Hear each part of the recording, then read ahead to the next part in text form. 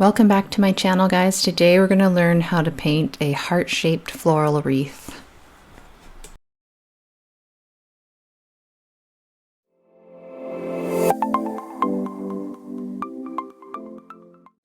This channel is all about learning how to paint watercolor botanicals and flowers. Today's project would make a lovely design for a Valentine's Day card or a gift for someone that you love. I've mixed up some colors and I've been pre-planning a color palette here. You can see I've used my plate palette and I'm just swatching them in order of sort of hue and saturation and just having a look to see if I like all the colors I've mixed up together. Most of the pinks are mixed with permanent rose, lemon yellow, and then I added a bit of brown, some raw sienna and burnt sienna just to mute them down a bit, just a tiny bit to get that more muted look. And now that I've picked some colors and I've pre-mixed them, I'm just going to do a few practice flowers or little floral motif tests on a scrap piece of paper to see what sort of flowers I want to use to make up this wreath. The wreath is made up of basic floral elements that repeat all the way around the heart shape. And so I've tested out a few things here. The first one is a little flower inspired by a violet. So again, they're a little bit more abstract than some of my more realistic botanical paintings. But I'm just trying to figure out some quick, easy little flowers that I can repeat and build upon each other to create this wreath design. Next is just some simple leaves with a sort of one-stroke painting using the belly of the brush. And I chose to use really light ultramarine blue for those, so I'm not actually painting things with all green leaves. I think it's fun to switch things up. It doesn't have to be completely realistic all the time. The next thing I'm doing is just testing out some sort of little berries or little bud looking shapes, and I've used a light gray that I mixed with ultramarine blue and light red, and this actually makes a really nice neutral gray, which I use in a lot of botanical painting. You could use a light gray if you already have one in a tube or on your palette, or you could just try and mix some kind of earthy looking red with an ultramarine blue, and that would get a similar color.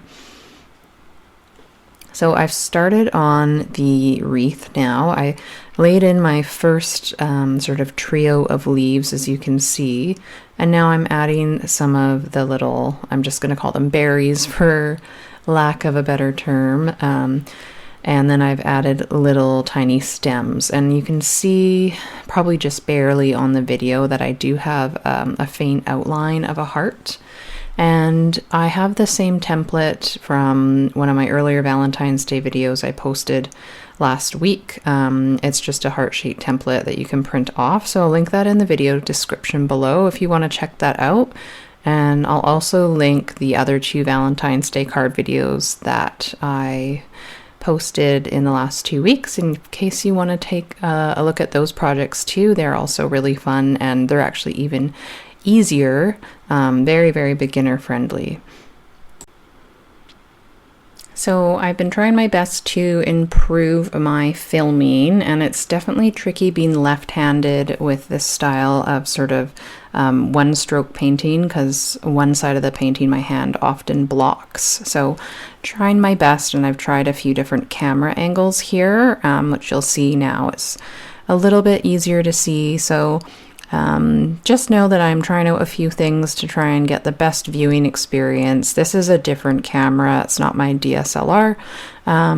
So it doesn't have quite as crisp and clear of a picture, but I'm working on figuring out some manual settings for it as well. And yes, I mentioned in the last video too, I've got new lights, so I'm hoping the lighting's a little bit better too in this video.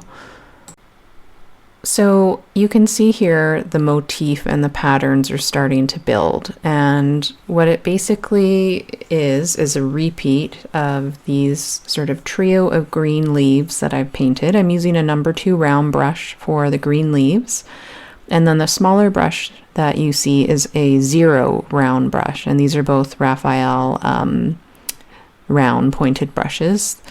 And I'm switching between the number 2 and the 0, depending on if I need a smaller stroke. For these tiny stems, I'm definitely going to use the 0.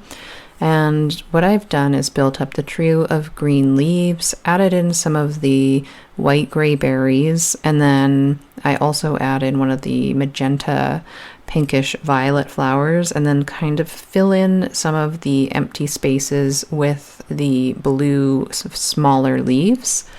And I'm trying to make the blue leaves look different than the green leaves, so I'm using the smallest brush for the blue leaves, and I'm focusing on making it a longer, skinnier stroke for the leaves, whereas it's a little bit more wide and regular thickness for the green leaves, so that just it comes out looking like they're leaves from a different plant, even though I'm using the same brush stroke. So now that I've added in those elements, I'm repeating this again with another little violet flower. And with the violet flowers, I squiggle my brush around to make the design of the shape of the petals, especially on the bottom two. And then I'm taking a darker purple, so it's just the magenta with a bit of a purple and brown mixed into it, and dabbing that into the center of the flower while it's still wet. And then I'm just taking the smallest brush and making a little green stem, and then I just put a tiny green leaf off the side of each stem when I paint the violet flower.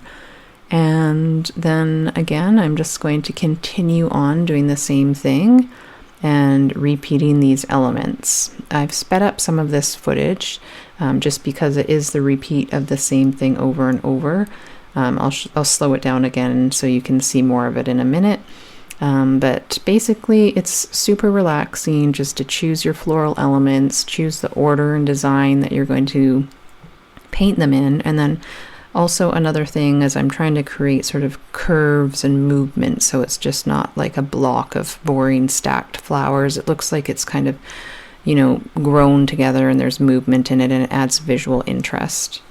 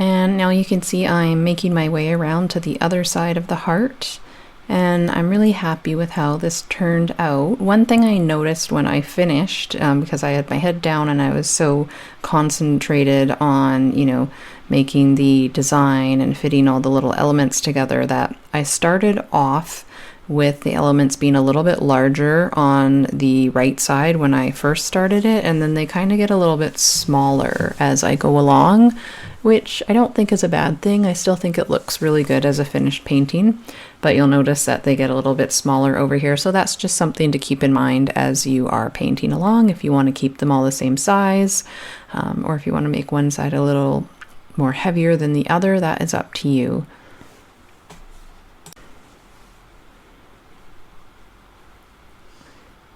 So another thing you want to think about is kind of curving the stems and leaves to sort of follow the curve of the heart and the direction of the line. And I'm just kind of making this up as I go along, and I'm not rushing though. I am being thoughtful of where I place my stroke. So I'm taking my time and just adding things in, and sometimes if I'm not sure, I'll paint like the larger element, the violet flower and the trio of green leaves, and then I'll fit in the smaller elements around those, which would be the smaller blue leaves and little white berries. And that's kind of, I think, the easiest way to approach fitting all these elements together. And for the green, I don't think I mentioned, I've said it in other videos, one of my favorite natural leafy greens is Undersea Green by Daniel Smith. And I think I added a little bit of magenta to this one just to mute it down. Whenever you add a complementary color, which is a color on the direct across from the other color on the color wheel, it will mute things down and eventually make a gray-brown if you mix a lot of them together. So if you want to mute a color, a great way is to add a little bit of the complementary color to it. And if you want to see more art projects and more of my artwork, I'd invite you to follow me on Instagram. My Instagram account is Laura Watson Artist, and you can just look me up on Instagram and have a look. I do post regularly there, as well as also sometimes I make some really quick, like 1-minute little speed painting videos and post those too. So head on over there if you're interested. So now I'm adding in another violet flower, and I'm not worried about making these perfect. As I said, they're not realistic, botanically detailed little flowers, and I'm having fun with just seeing how the paint flows and how they turn out. I am dabbing my brush to make sure that some of the petals are lighter than others. So again, I pick up the paint, I paint the first 2 petals, and then I dab my brush and remove some of that paint before painting the bottom petals. And that's how you can see how some of the petals are lighter than the other ones, and that really adds to the depth and look of the painting. And now I'm adding in my adorable little blue leaves. I really like these leaves. I think I want to do some kind of floral wreath or design with all blue and gray leaves and flowers. I think that would be really, really neat, and something that might look good on a card for Mother's Day or Easter. So I might make a video coming up with something like that. Do leave a comment below if you have an idea for an upcoming video. I'd love to hear what you want to see. So just click on the little drop down arrow below the video and leave a comment.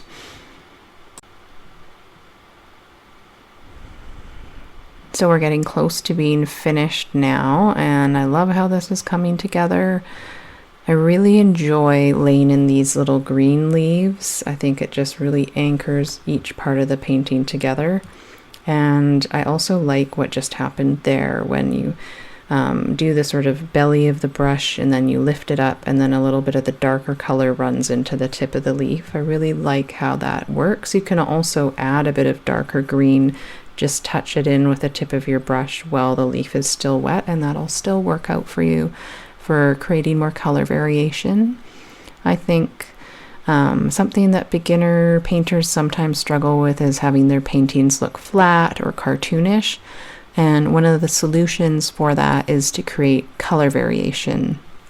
Creating contrast and a difference in tone will really help you create more of a sophisticated looking painting.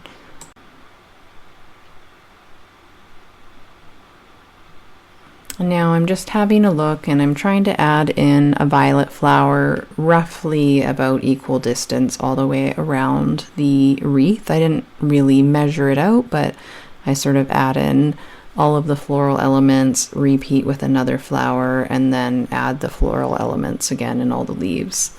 So this is my last violet flower that I'm adding in, and I've zoomed in a little bit so you can see.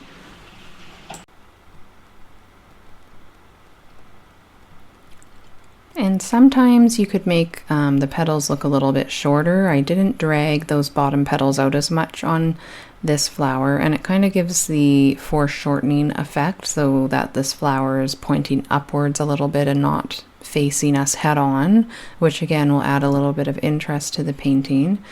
So you can just paint them all face on or head on if you'd like, or you can try out with a few different angles. Because these are so abstract, I don't think you can go wrong either way, so it's a great time to experiment with different foreshortening angles.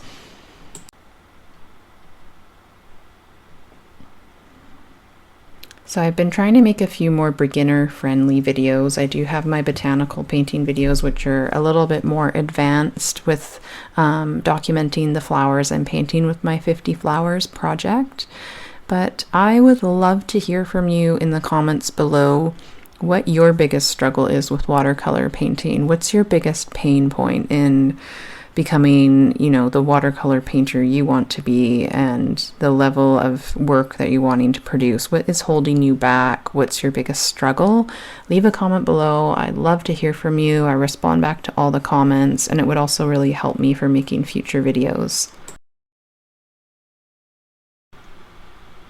All right, so that is our heart wreath all done. And I think this looks great in a little frame as a gift, or on a card. You could just take your watercolor paper and then glue it onto like a pre-made folded blank card, and that would make a lovely little Valentine's Day card too. And I just added a little bit of speed painting footage here at the end of the video just to sort of see this part of the painting come together at a different angle if you wanted to see that as well. Thanks for watching this video, guys. If you liked it, please give it a thumbs up and share it with whoever you think would be interested. And don't forget to subscribe to my channel and hit the bell icon. It'll give you a notification each time I post a new video, and I post new videos every week. So thank you so much for watching, and I'll see you next week.